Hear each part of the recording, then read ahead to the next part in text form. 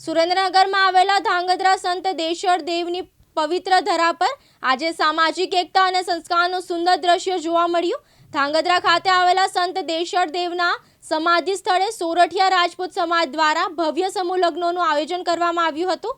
સમૂહ લગ્ન માત્ર સામાજિક કાર્યક્રમ નથી, પરંતુ આજના સમયમાં સમાજ, રાજ્ય અને રાષ્ટ્ર માટે જરૂરી એવી મહત્વપૂર્ણ પહેલ છે। વધતા લગ્ન ખર્ચ, દેખાડા અને સામાજિક દબાણ વચ્ચે સમૂહ લગ્ન સાદગી, સમાનતા અને સહકારનો સંદેશ આપે છે।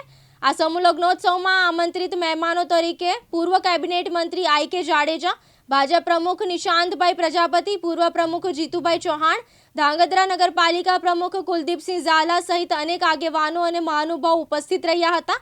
મહેમાનોએ પોતાના સંબોધનમાં જણાવ્યું કે સમૂહ લગ્ન જેવી પરંપરાઓ લગ્નને દેખાડાથી દૂર રાખીને તેને સાચા અર્થમાં સંસ્કાર બનાવે છે। સંત દેશળ દેવની પવિત્ર જગ્યા પર લગ્ન બંધનમાં બંધાયેલા નવદંપતીઓ માટે આ પ્રસંગ જીવનભર યાદગાર બન્યો છે। સમાજની એકતા અને સંસ્કૃતિને મજબૂત બનાવતો આ સમૂહ લગ્નોત્સવ આગામી પેઢી માટે પ્રેરણારૂપ સાબિત થયો છે।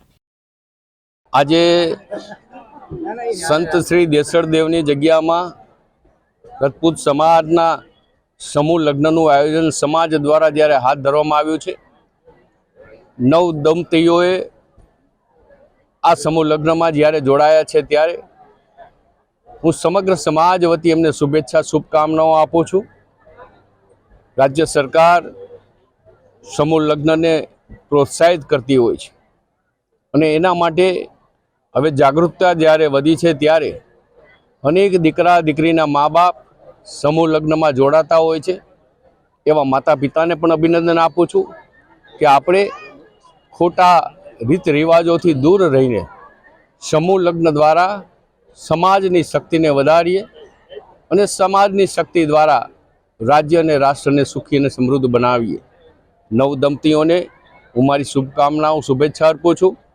તેઓ ભવિષ્યમાં પોતાનું સુખમય જીવન જીવે, સાથોસાથ સમાજની સેવા કરે, રાજ્યની સેવા કરે અને સમાજ હિતના કોઈને કોઈ પ્રકારના કાર્ય કરે, એવી એમની શુભકામનાઓ, શુભેચ્છાઓ।